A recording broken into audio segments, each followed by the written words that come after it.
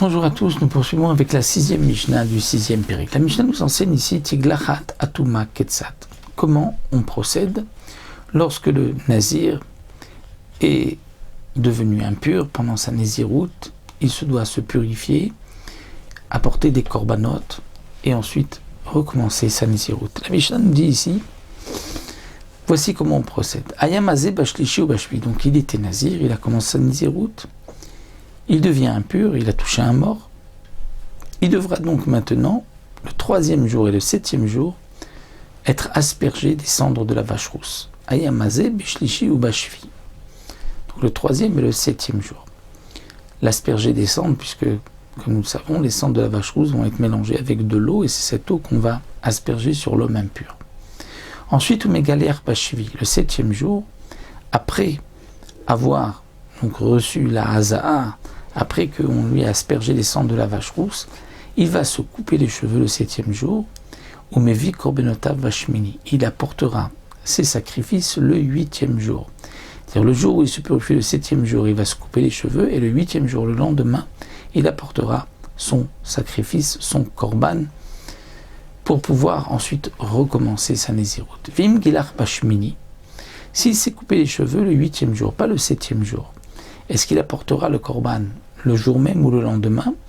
La Mishnah nous dit Vim gilar bashmini mevi korbanot bobayom. Le jour même, le 8e jour, il amènera ses korbanot du Rabbi Akiva, d'après Rabbi Akiva. Amalo Rabbi Tarfon, mais Rabbi Tarfon n'est pas d'accord. Rabbi Tarfon dit Ma benzel et metzora.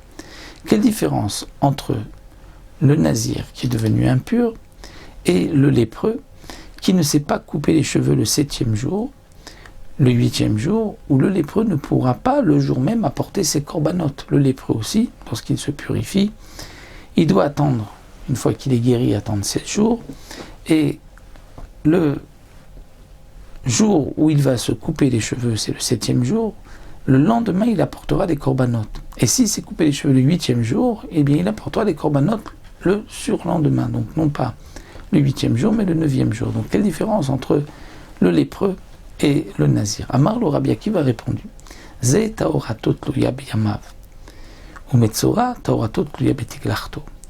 Il dit celui-ci, le nazir, sa purification dépend de ses jours. C'est-à-dire que le nazir, il faut lui asperger le 3e, le 7e jour et il va aller au mikvé. Donc lorsqu'il s'est purifié le 7e jour, même s'il ne s'est pas encore coupé les cheveux, ça y est, il est pur.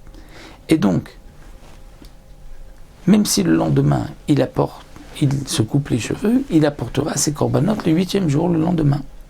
Il n'a pas besoin d'attendre encore un jour après s'être coupé les cheveux. Alors que le Metzora, sa purification dépend du fait de se couper les cheveux, puisque la Torah dit, rapporte le Barthénoa, le 7e jour du lépreux, une fois qu'il est guéri, il va, le 7e jour après avoir été guéri, il va se couper tous les cheveux, les poils, ensuite il se lavera au mikvé, et s'il s'est trempé au mikvé avant même de s'être coupé les cheveux, cette vie-là n'est pas valable, il devra ensuite retourner au mikvé.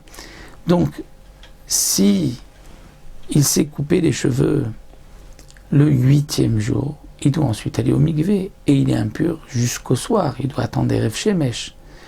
Donc ici nous dit la Mishnah, Venomevi Korban, Lemkenayam ou Rav Shemesh, il ne pourra apporter de Korban que si la tombée de la nuit est arrivée après qu'il a été au mikvé. Donc s'il s'est coupé les cheveux le 8e jour, il doit ensuite aller au mikvé. Il ne peut pas aller au mikvé avant, il doit aller au mikvé après. Une fois qu'il est au mikvé, il doit attendre la tombée de la nuit pour être pur. Donc il ne pourra pas le jour même apporter ses corbanotes, il devra attendre le lendemain. Voici donc, explique Rabbi Akiva, la différence entre le lépreux et le nazir. Le lépreux dépend de cette coupe de cheveux. Le nazir, ce n'est pas la coupe de cheveux qui le rend pur, c'est le fait de lui avoir aspergé les cendres de la vache rousse le 3e et le 7e jour, que le 7e jour il aille au mikvé, même si il ne s'est pas coupé les cheveux, le mikvé est valable. Alors que pour le Metzora, tant qu'il ne s'est pas coupé les cheveux, il ne peut pas aller au mikvé. Et une fois qu'il est au mikvé, il doit attendre la tombée de la nuit. Donc il apportera le korbanot que le lendemain.